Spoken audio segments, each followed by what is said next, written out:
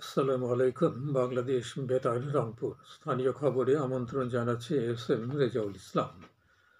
প্রধান উপদেষ্টা অধ্যাপক ডক্টর মোহাম্মদ ইউনূস আশা প্রকাশ করে বলেছেন, আগামী জাতীয় নির্বাচন ২০২৫ সালের শেষ দিক থেকে ২০২৬ সালের প্রথমার্ধের মধ্যে করা যেতে পারে। তিনি গতকাল মহান বিজয় দিবস উপলক্ষে জাতির উদ্দেশ্যে দেয়া ভাষণে এ আশাবাদ ব্যক্ত করেন। প্রধান উপদেষ্টা বলেন, ভোটার তালিকা নির্ভুলভাবে তৈরি করে নির্বাচন আয়োজন করতে হলে ২০২৫ সালের শেষে তা সম্ভব হবে।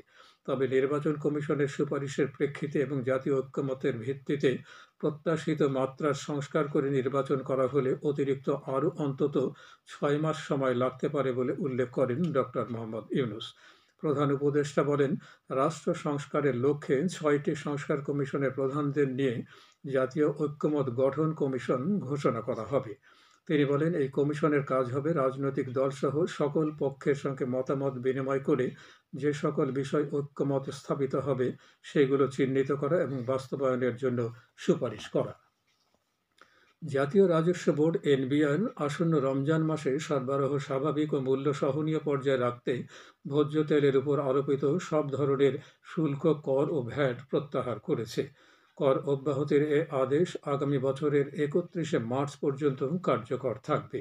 একই সাথে বিক্রয় পর্যায়ের ভোজ্য তেলের মূসক ১৫% থেকে কমিয়ে ৫% করা হয়েছে। বিজয়ের মাস উপলক্ষে আজ থেকে রংপুর জেলা স্কুল মাঠে শুরু হয়েছে ১০ দিনব্যাপী বিসিক উদ্যোক্তা মেলা। ডেপুটি কমিশনার মোহাম্মদ রবিউল ফয়সাল এ মেলার উদ্বোধন করেন। আগামী ২৬শে ডিসেম্বর পর্যন্ত সকাল ৯টা থেকে রাত ১০টা পর্যন্ত প্রতিদিন মেলা চলবে। মেলায় ৯৩টি স্টল স্থান পেয়েছে।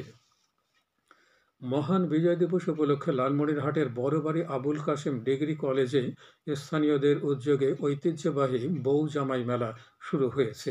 গতকাল মেলার আনুষ্ঠানিক উদ্বোধন করেন বিএনপির রংপুর বিভাগীয় সাংগঠনিক সম্পাদক অধ্যক্ষ আসাদুল হাবিব দুলু। ১৫ দিনব্যাপী এই মেলা চলবে আগামী ৩১শে ডিসেম্বর পর্যন্ত। মেলায় মৎস্য, পিঠা এবং প্রসাধনী পণ্যের স্টল স্থান পেয়েছে।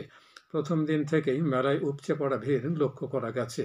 গলায় মালা ও লাল শাড়ি পরে মেয়েরা তাদের জামাইদের নিয়ে মেলায় অংশ নিচ্ছেন। মেলায় প্রতিদিন সন্ধ্যা থেকে রাত পর্যন্ত গ্রামীণ নাটক ও সাংস্কৃতিক অনুষ্ঠানের আয়োজন করা হয়েছে।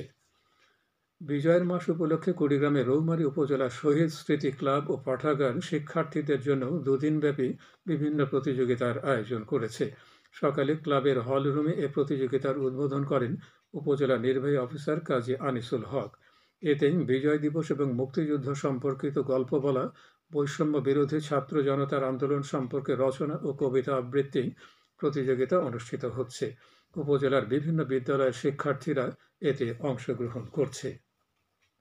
গাইবান্ধায় জেঁকে বসেছে তীব্র শীত। হঠাৎ করে শীতের তীব্রতা বৃদ্ধি পাওয়ায় অনেক ক্রেতা ছুটে আসছেন শহরের ফুটপাতে গড়ে ওঠা শীত বস্ত্রের দোকানগুলোতে। দেশি বিদেশি পুরনো গরম কাপড় ফুটপাতে কম দামে পাওয়ার কারণে মধ্যম এবং নিম্ন আয়ের মানুষ ফুটপাতের দিকে ঝুঁকছে। জেলা সদরের ফুটপাতে ছোট বড় অন্তত ২ শতাধিক গরম কাপড়ের দোকান বসেছে। উচ্চবিত্তরা অভিজাত বিপণী বিতান থেকে কেনাকাটা করলেও সামর্থ্য না থাকায় কিনতে পারছে না মধ্যবিত্ত ও নিম্নবিত্তরা। তাদের একমাত্র ভরসাস্থল ফুটপাতে গড়ে ওঠা গরম কাপড়ের দোকান। সকাল থেকে গভীর রাত পর্যন্ত বিভিন্ন শ্রেণী পেশার মানুষ কম দামে এখান থেকে তাদের পছন্দের শীতের পোশাক কিনছেন। এদিকে কোয়ান্টাম ফাউন্ডেশন গাইবান্ধা জেলা শাখার উদ্যোগে শীতার্ত মানুষের মাঝে কম্বল বিতরণ করা হয়েছে। গতকাল রজত জয়ন্তী বালিকা উচ্চ বিদ্যালয় মাঠে ২ শতাধিক অসহায় শীতার্ত মানুষের মাঝে এসব কম্বল বিতরণ করেন অতিরিক্ত ডেপুটি কমিশনার এ.কে.এম. হেদায়েতুল ইসলাম।